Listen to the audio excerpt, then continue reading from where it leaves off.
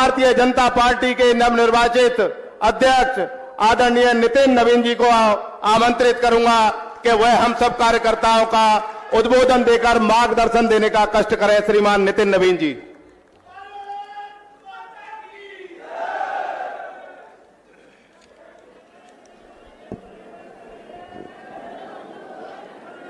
आज कृष्ण की इस नगरी में अपने अध्यक्ष होने के बाद पहली बार मेरा प्रवास जो शुरू हुआ है, तो इस पवित्र भूमि कृष्ण की इस भूमि से शुरुआत हो रहा है। तो यहाँ पर उपस्थित अपने कृष्ण के नगरी के सभी लोगों को मैं बहुत बहुत प्रणाम करता हूँ।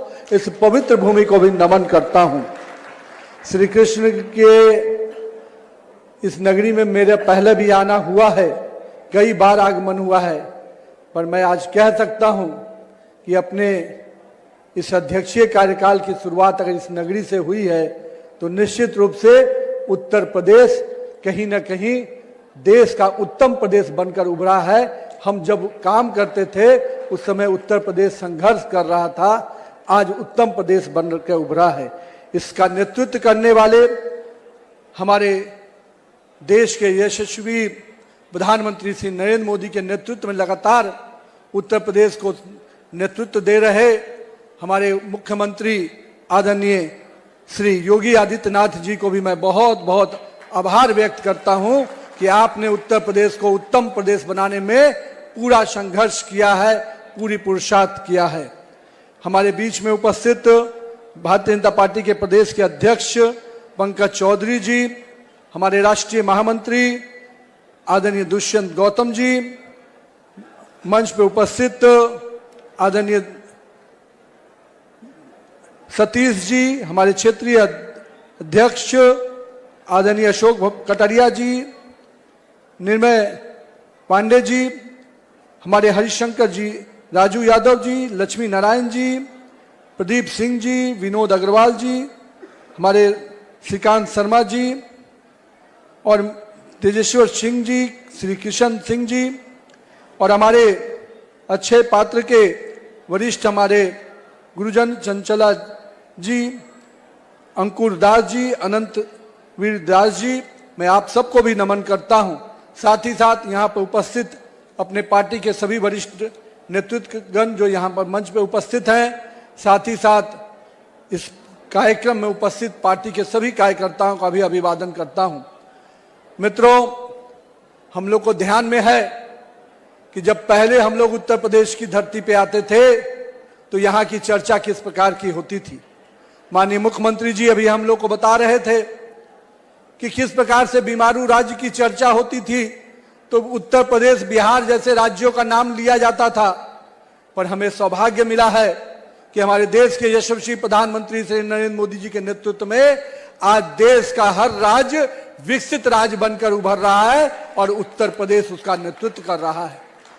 मैं इस बात को आज इसलिए कह रहा हूं मित्रों, जब हम आए थे मथुरा में अधिवेशन करने युवा मोर्चा के साथियों के द्वारा साथ, उस कालखंड में लगता था कि कब कहां कोई घटनाएं घट रही हैं, कब क्या हो जाएगा।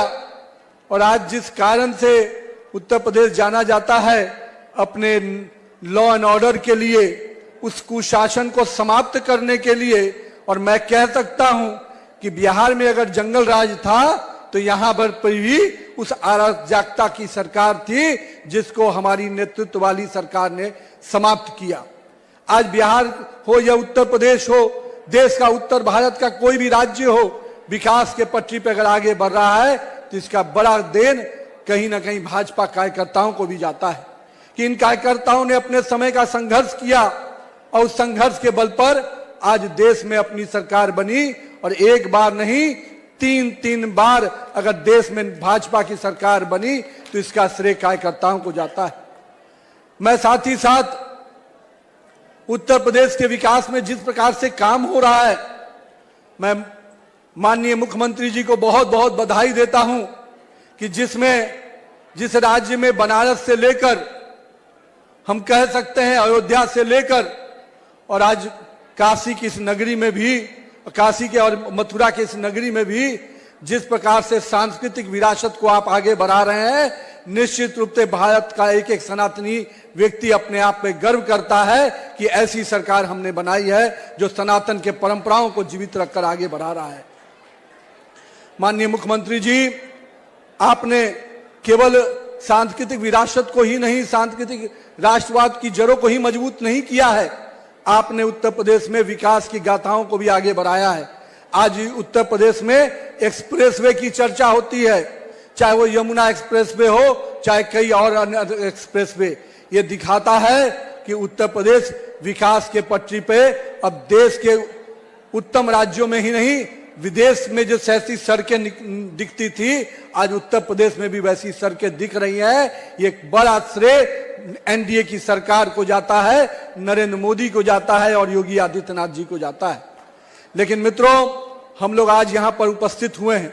आज माननीय प्रधानमंत्री जी ने मन की बात में जिस प्रकार से एक एक व्यक्ति को, एक एक वर्ग को, एक एक क्षेत्र को छूने का काम करते हैं, आज हम लोगों ने उन्होंने बताया कि किस प्रकार से आज भी स्वच्छता का अभियान एक एक गांव में चल रहा है। लोगों के अंदर जो 2014 में उन्होंने जिसकी शुरुआत की थी, आज आम जनमानस के व्यवहार का विषय बन गया है।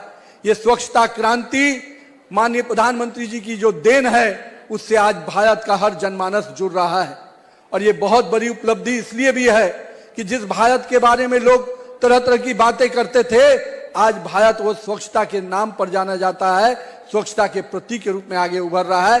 ये निश्चित रूप से माननीय प्रधानमंत्री नरेंद्र मोदी जी का देन है। माननीय प्रधानमंत्री जी ने हमेशा राज्य में, देश में विकास की योजनाओं को आगे बढ़ाने के लिए अंतिम व्यक्ति को विकास की योजनाओं से जोड़ने का हमेशा प्रयास किया। और इसका प्रयास का फल है कि आज चाहे वो हमारे विकसित भारत का जी राम जी की योजना हो, जहां श्रमिक और किसान भाइयों को जो मदद देने का प्रयास किया गया, मैं मानता हूं अब तक जिन लोगों ने ठगने का प्रयास किया था, आज माननीय प्रधानमंत्री जी ने उनको सम्मान देने का प्रयास किया है। मैं मानता हूं कि 125 दिन की गारंटी देना निश्चित से श्रमिक भाइयों के सम्मान को बढ़ाने का काम किया है। मैं इसलिए आज माननीय प्रधानमंत्री जी को और केंद्र की सरकार को आभार व्यक्त करता हूं कि आपने एक एक वर्ग की चिंता की है। आपने अन्नदाता की भी चिंता की, आपने महिलाओं की भी चिंता की, और स्टार्टअप जैसी योजनाओं से देश के युवाओं की भी आपने चिंता की है।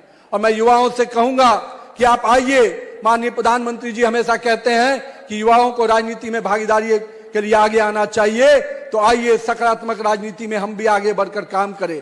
माननीय प्रधानमंत्री जी कहते हैं कि अगर हम एक कदम चलेंगे तो देश 140 करोड़ कदम चलेगा और देश विकास की पटरी पे आगे बढ़ेगा।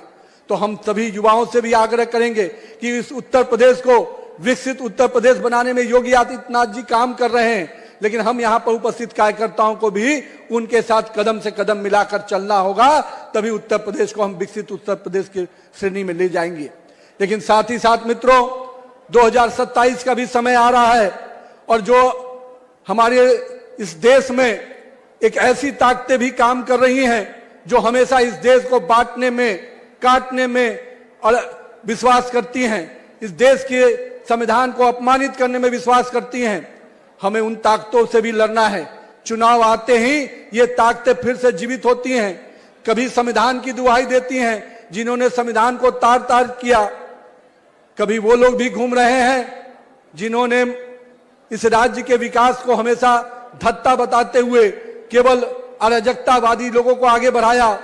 हम लोग भूले नहीं हैं कि बंदूक की नोक पर भी उत्तर प्रदेश की सरकार चलती थी। आज उत्तर प्रदेश की सरकार अगर चल रही है, जो जनता के वोट से चल रही है, जनता के जो उम्मीद है उसको पूरा करते हुए आगे बढ़ रही है। मैं इसलिए कहूंगा मेरे कार्यकर्ता भाइयों, 2027 के चुनाव की दृष्टि से भी आप सब कोई कमर कस लीजिए, क्योंकि उत्तर प्रदेश जिस प्रकार से विकास की पटरी पर तेजी से आगे बढ़ रहा है, कुछ लोगों को पसंद नहीं आ रहा है। जो लोग राजनीति को मैं मानता हूं टाइम पास समझते हैं, जो कुछ समय चुनाव आएगा तो आते हैं और फिर विदेश चले जाते हैं, वो उनको भी सबक सिखाने का समय फिर आता है। इसलिए 2027 के चुनाव के दृष्टि से भी मैं कार्यकर्ताओं से आग्रह करूंगा, अपने बूथ को मजबूत कीजिए, आज मन की बात हम लोगों ने सुनी है, अब अगले फरवरी महीने में भी हर बूथ पर हम मन की बात को सुनेंगे और माननीय प्रधानमंत्री जी का जो देश और दुनिया को जो निर्देश रहता है उसके साथ साथ हम अपने बूथ को भी मजबूत करेंगे। तो आइए मिलकर फिर से 2027 में एक योगी आदित्यनाथ जिस प्रकार से इस राज्य के विकास में लगातार लगे हैं, हम सब भी अगले 1 वर्ष जनता की सेवा में और तत्पर होकर काम करें ताकि हम इस राज्य को उत्तम राज्य बना पाएं। बहुत बहुत धन्यवाद। इस कृष्ण की नगरी को, वृंदावन की इस नगरी को फिर से नमन करता हूं। बहुत बहुत अभिनंदन।